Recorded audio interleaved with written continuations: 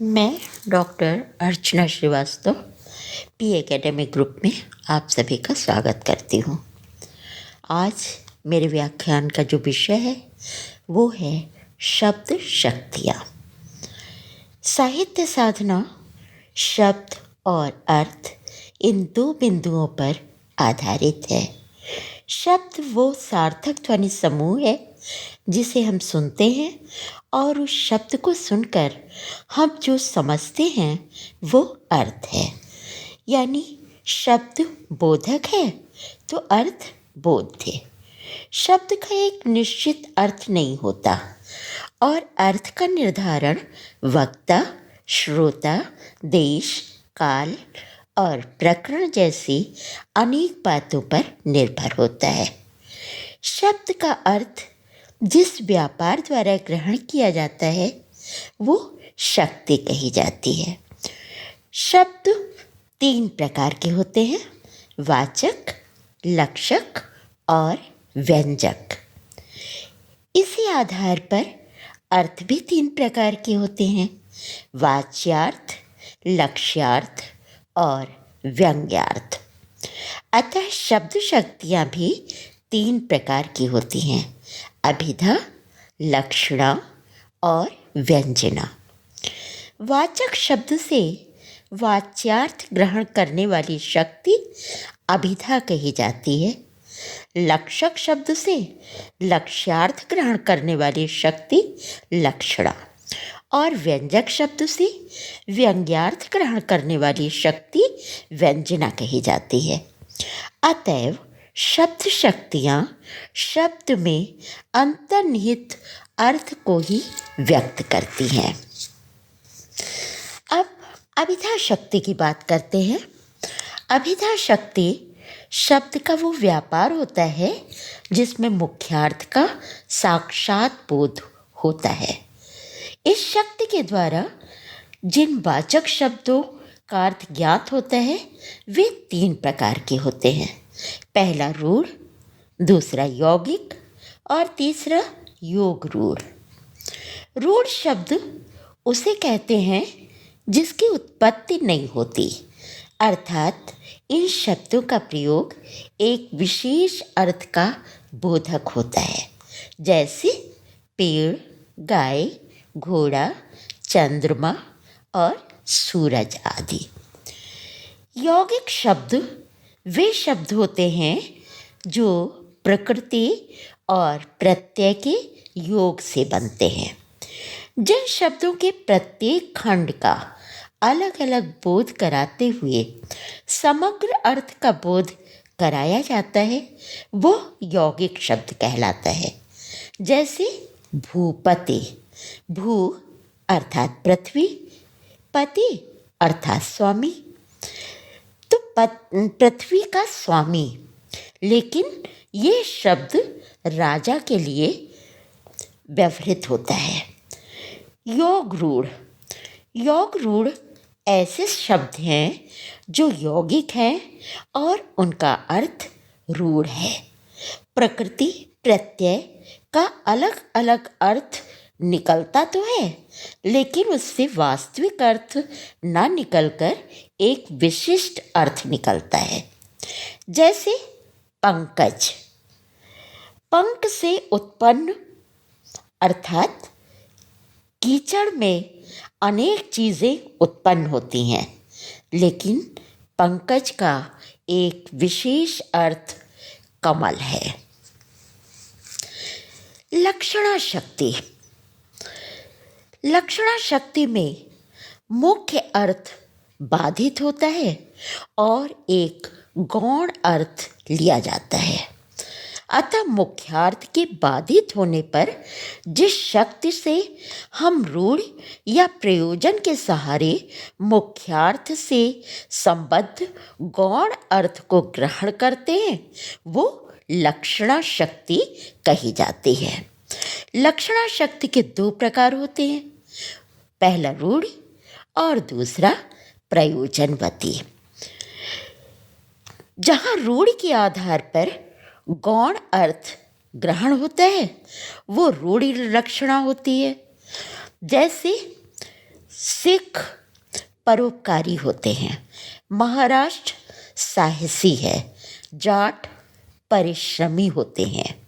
ये रूढ़ि लक्षणा का उदाहरण है। प्रयोजनवती लक्षणा वहाँ होती है जहाँ मुख्यार्थ से बाधित कर गौण अर्थ किसी प्रयोजन से लिया जाता है।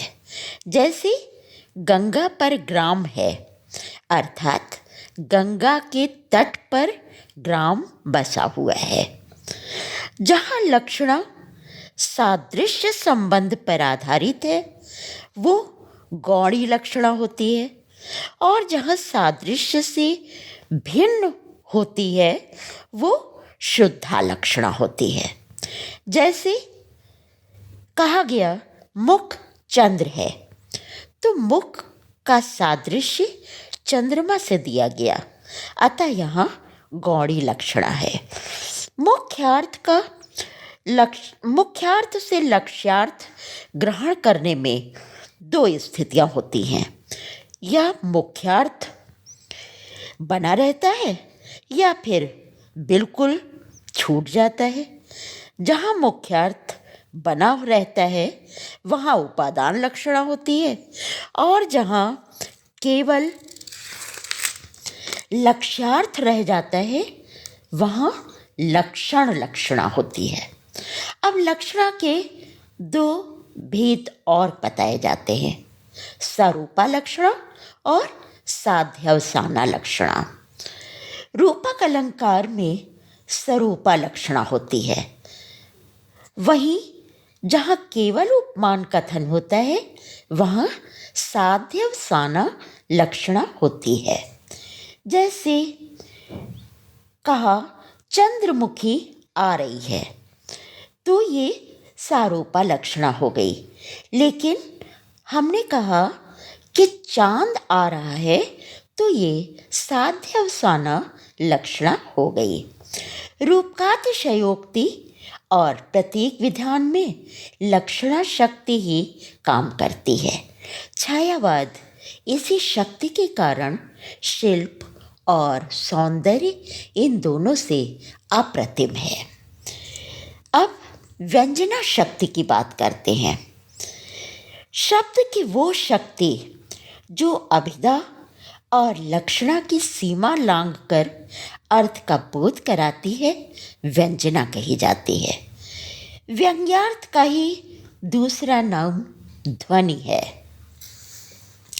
जैसे शंख वादन, घंटा वादन का प्रभाव देर तक वातावरण में ध्वनित होता रहता है। ठीक ऐसे ही जिन शब्दों के उच्चारण के बाद भी उसका अर्थ अलग अलग संदर्भों में देर तक ध्वनित होता है, वहाँ व्यंजना शक्ति होती है। जैसे कहा गया सूरज डूब गया। अब सूरज डूब गया का अलग अलग वृत्ति के लोग, अलग अलग व्यवसाय से जुड़े हुए लोग अलग अलग अर्थ ग्रहण करते हैं। व्यंजना शक्ति के दो भेद कहे जाते हैं, शाब्दी व्यंजना और आर्थी व्यंजना। शाब्दी व्यंजना वहाँ होती है जहाँ शब्द की प्रधानता होती है, अर्थात जहाँ अनेक अर्थबोधक शब्दों का संयोग आदि कारणों से एक ही अर्थ में नियंत्रण हो जाने के कारण इसका अर्थ व्यंजित होता है। जैसे माटी कहे कुम्हार से तू क्या रौंदे मोए, एक दिन ऐसा आएगा मैं रौंदूंगी तोहे। इस कथन में पूरा जीवन दर्शन समाया हुआ है। आर्थी व्यंजना। आर्थी व्यंजना अर्थ पर आश्रित है। शब्दार्थ परिवर्तन करने पर भी व्यंग्यार्थ की प्रतीति होती रहती है। दूसरे शब्दों में जो शब्द शक्ति, वक्ता, बोधव्य, वाक्य अन्य सन्निधिवाच्य प्रकरण, देश काल और काकुचेष्टा की विशेषता के कारण व्यंग्यार्थ की प्रतीति कराती है, उसकी वो आर्थी व्यंजना कही जाती है। जैसे दुख ही जीवन की कथा रही, क्या कहूँ आज जो नहीं कही। निराला की ये पंक्तियाँ निराला के संपूर्ण व्यक्तित्व को मानो रेखांकित करती हैं। आज का साहित्य कहता कम है, संकेत अधिक देता है। दूसरे शब्दों में हम कहें तो आज संकेतों की भाषा ज़्यादा मायने रखती है। संकेतों में बहुत कुछ कहा जा रहा है, बहुत कुछ लिखा जा रहा है।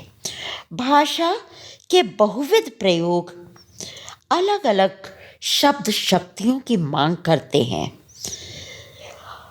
अभिव्यक्ति जिस तरह से सहज संप्रेषणीय हो सके वो सारे उपाय किए जाते हैं और इसके मूल में शब्द शक्तियाँ ही हैं। अतः कह सकते हैं कि शब्द शक्तियों का जो व्यापार है, जो उसका अवदान है साहित्य में, विशेषकर काव्य के संदर्भ में, वो कभी कम होने वाला नहीं है। समय की मांग, अभिव्यक्ति की मांग, संप्रेषणीयता की मांग के साथ जीवन के विसंगतिपूर्ण तथ्य को व्यक्त करने के लिए शब्द शक्तियों की आवश्यकता हमेशा और ज़्यादा प्रासंगिक होती जाती है। धन्यवाद। आपको ये वीडियो कैसा लगा? अपनी प्रतिक्रिया अवश्य दें, क्योंकि आपकी प्रतिक्रिया के आधार पर ही हम अगले व्याख्यान की तैयारी करेंगे। धन्यवाद।